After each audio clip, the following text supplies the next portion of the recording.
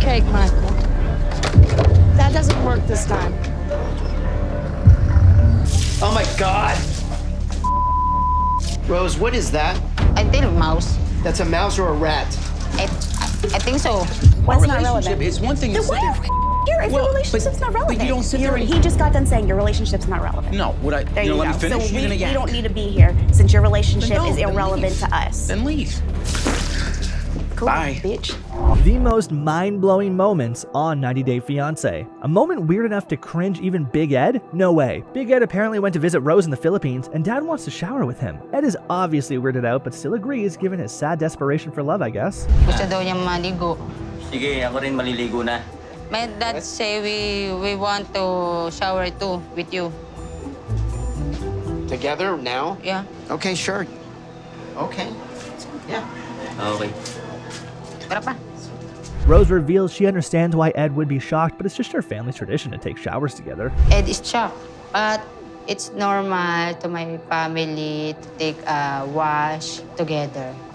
We are close and we are comfortable to each other. Rose proceeds to inadvertently punish us by making Big Ed take off his shirt and shower with their shorts on. These guys are monsters. Put out. Take this off.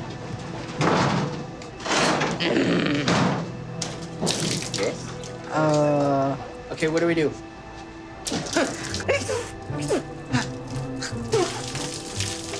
Oh my God. They really are taking a bath together in shorts surrounded by animals. Is there anything Ed wouldn't do to smash? Whoa, whoa, whoa, whoa, whoa, whoa, whoa, whoa. Nice. This has to be the weirdest experience of my life. Nice? Oh yeah, Yeah, nice. Wait a minute. Whoa. Ed is freaked out that there are chickens and even rabbits surrounding him as he then drops the soap. Don't give us gross thoughts, Ed. Are those chickens? Yeah, the chicken. Please, pabuksan ng tubig. Salamat. There's chickens. There's chickens Yeah. and rabbits and bunnies. Okay, hold on. Okay, okay.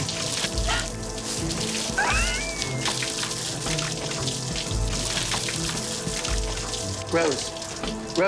Yes, I'm here. Oh, I dropped the soap. Thank you. Okay, I'm done. He finally taps out, but it's not over yet as he is immediately freaked out as a rat appears on scene. Can't blame him for hiding. That rat is definitely packing a new disease. I'm done. You done? Oh my God. Rose, what is that? I think mouse. That's a mouse or a rat? I think so. Yeah.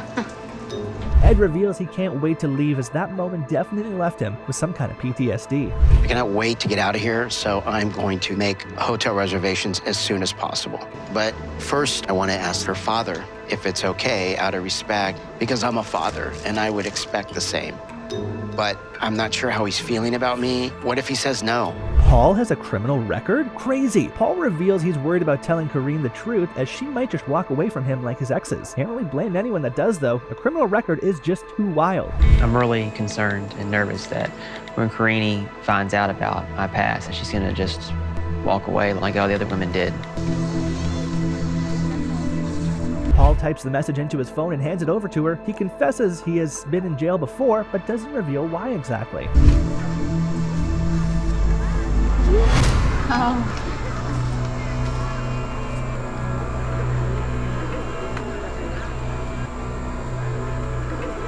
Did he just say numerous things? Paul reveals he was accused of burning his own house, which led to him spending 18 months in jail. That is crazy. 18 months for being a self-loathing arsonist? I have a lengthy criminal record. I've been in jail, I've been in prison for numerous things.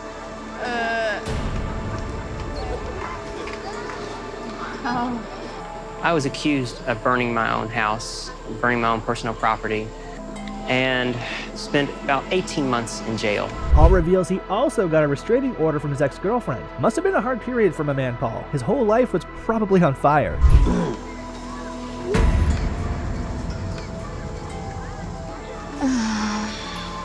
Oh my God. And then a few years ago, I was in a very terrible relationship. She took out a mercy protector order on me. I'm sorry. Karine just sits there, scared for her life, contemplating if the green card is worth it. Oh, She doesn't deserve damaged goods. It's not fair to her. I'm sorry. Paul feels so guilty that he immediately runs off. Meanwhile, Karine reveals she is disappointed and didn't expect that from Paul. Paul claims he just needs some space and decides he's not worthy enough for her as he runs into the woods. I just hope he doesn't make any campfires. Karine definitely does not deserve to have someone like me that's constantly has problems around her. So I hope she understands I can't be with her. It's just not gonna work.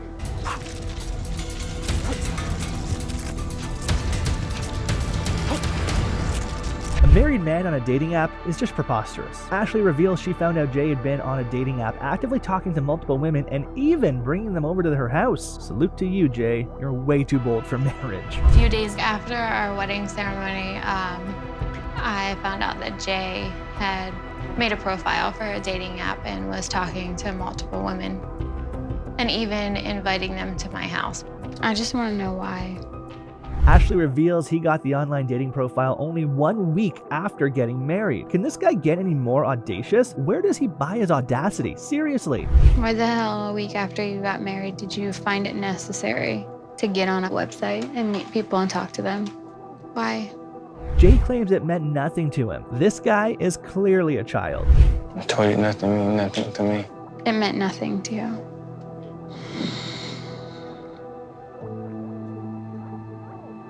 Jay drops another shocking claim that he was just flirting and didn't want to hook up with anyone. This guy with the audacity again. Dang. Even if I was flirting, I didn't want to hook up with nobody. Because I respect her, but clearly I didn't respect her enough to like not be on a dating website. There's a reason. You obviously felt like you were missing something. I thought I was just bored and I would never let that happen again. You're bored. Jay claims to have been bored. You're married and your way to cure boredom is joining a dating website? Someone get this man a conscience. Like, what the does marriage mean to you? I understand that. I take full responsibility for whatever happened. You get me, I was on the website and she messaged me. Hey, is it that she said something like... You would have never admitted to anything if you didn't get caught. Jay tries to play the "at least I told the truth" card, but ends up getting an Uno reverse from Ashley, as he would have never admitted if he wasn't caught. Am I right or am I wrong? You're right.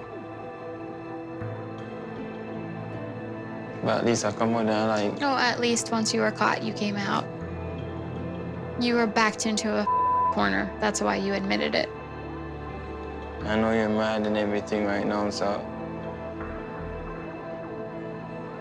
What can I say? Ashley grabs a drink with her ex. What a twist. Talk about going band for band. Ashley sits with her ex for a chat as he notices she doesn't look so excited talking about her marriage. She admits marriage isn't exactly what she fantasized. How about you? What's new with you? Just married life. Married life? Mm-hmm. You don't sound so enthusiastic.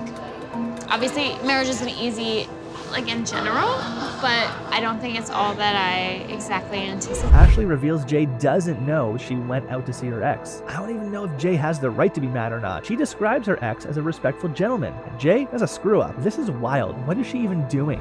Does Jay know you're here tonight? I mean, he knows like I'm out, but he doesn't know with who. You think he'd be upset if he knew you're with me? Yeah. But to me, it's like maybe I wouldn't be out with my ex having wine right now. You wouldn't have done what you did. What do you mean? You're respectful and like a gentleman where he totally screwed up. She proceeds to reveal her personal and internal marital problems to her ex. Looks like they're both kids. Why tell an ex that your husband was on Tinder? What do you mean he screwed up?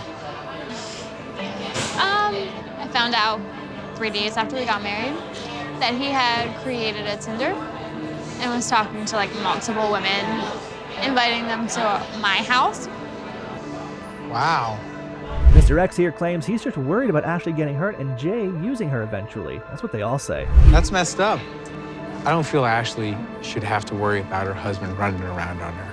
I'm very concerned that Jay's just using Ashley and she's gonna end up getting hurt. He asks Ashley the big question, are you going to stay with him? Ashley reveals she still loves him, and obviously Mr. X is against that. This narcissist didn't just claim to be Ashley's only good choice of men. Then why did you break up? So you gonna stay with him? I don't know. I still love him. And it's like, what do? Do you buy a ticket back to Jamaica and say, pack you're like on your own from here on out, or? I don't think Ashley makes the best decisions in her choice of man. Mr. X just gave a valid point. Jay is clearly not mature enough to be a father or a husband. Mr. X proceeds to sneak himself into the picture, claiming she was always smiling when they were dating, and Ashley agrees? What is going on here? She's only made one good choice with the relationship, and that was me. Like, what would you do if you were in my shoes? I would have to end it.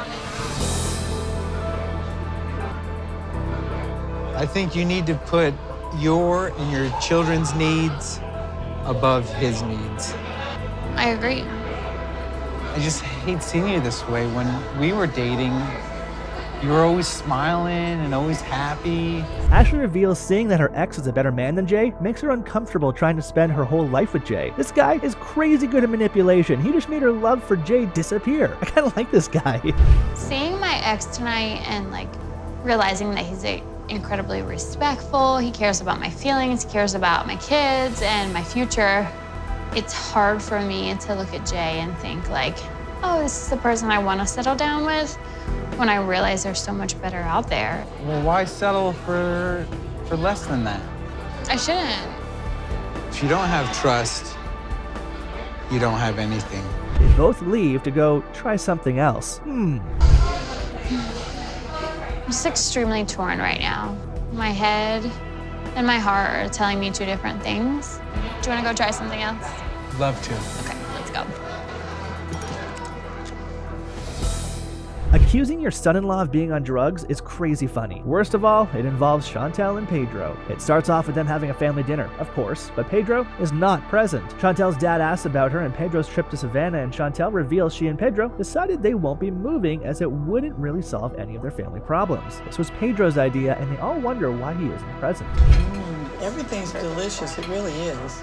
So Chantel, Yes, I understand that you and Pedro, you all went to Savannah, and how was things there? Oh, I love Savannah. You love Savannah? Yeah, I do. But Pedro and I had a conversation about it, and we think that it's best that we don't move because our family situations wouldn't get any better by moving away. This is true. Chantel reveals Pedro is ashamed of starting a fight in their last family dinner. Winter, Chantel's sister, reveals she is fed up with Pedro. Pedro said that. Oh, Pedro said that? Well, why is he not here? Well, I think he's ashamed of what he's done and is scared to face the music. I mean, he's gonna have to face his actions one day. Like, he's gonna have to see it. That's right. He should be here, he should try. I'm feeling a little fed up. My sister is your wife. She loves you. She could have, I don't know, broke up with you or whatever, divorced you when you started that fight, but she obviously wants to be there with you. He needs to do more. River questions Chantel on her being okay with Pedro telling their parents to shut up. Sounds like Pedro absolutely lost it. Were you okay with him telling mommy and dad to shut up and be quiet? I most certainly was not okay with him telling mommy and daddy to shut up and be quiet. Were you okay That's with him why telling you to be quiet? I wasn't. He needs to be checked because that's not okay. He really did thought he could put his finger in mommy's But you face. guys, I don't, okay, listen. I just want to bring it back Don't down. be upset now. We're having Thanksgiving dinner. No. Would you tell my dad and my mom to be quiet and shut up? No, never. Chantel's dad reveals he thinks Pedro might be on steroids or any kind of alternate medication. That's a bold claim there from Daddy. I'm pretty sure it was River that triggered Pedro. It seems like he might be on steroids. I hope he isn't, but his face Because did that's look the a little action puffy. of someone who is taking some kind of alternate medication. We would all like to find out if he needs some help. I don't think that Pedro is taking steroids. He attacked River, and it was really scary. And I think he should address the problem because it was a lie. It was heartbreaking. It was. Mommy was really scared. I was definitely scared. Yeah, and I'm going to tell you the truth. There is no way Chantel's mom just handed her a taser in the event that Pedro might act up. This is hilarious. It has taught me that you have to be ready for anything.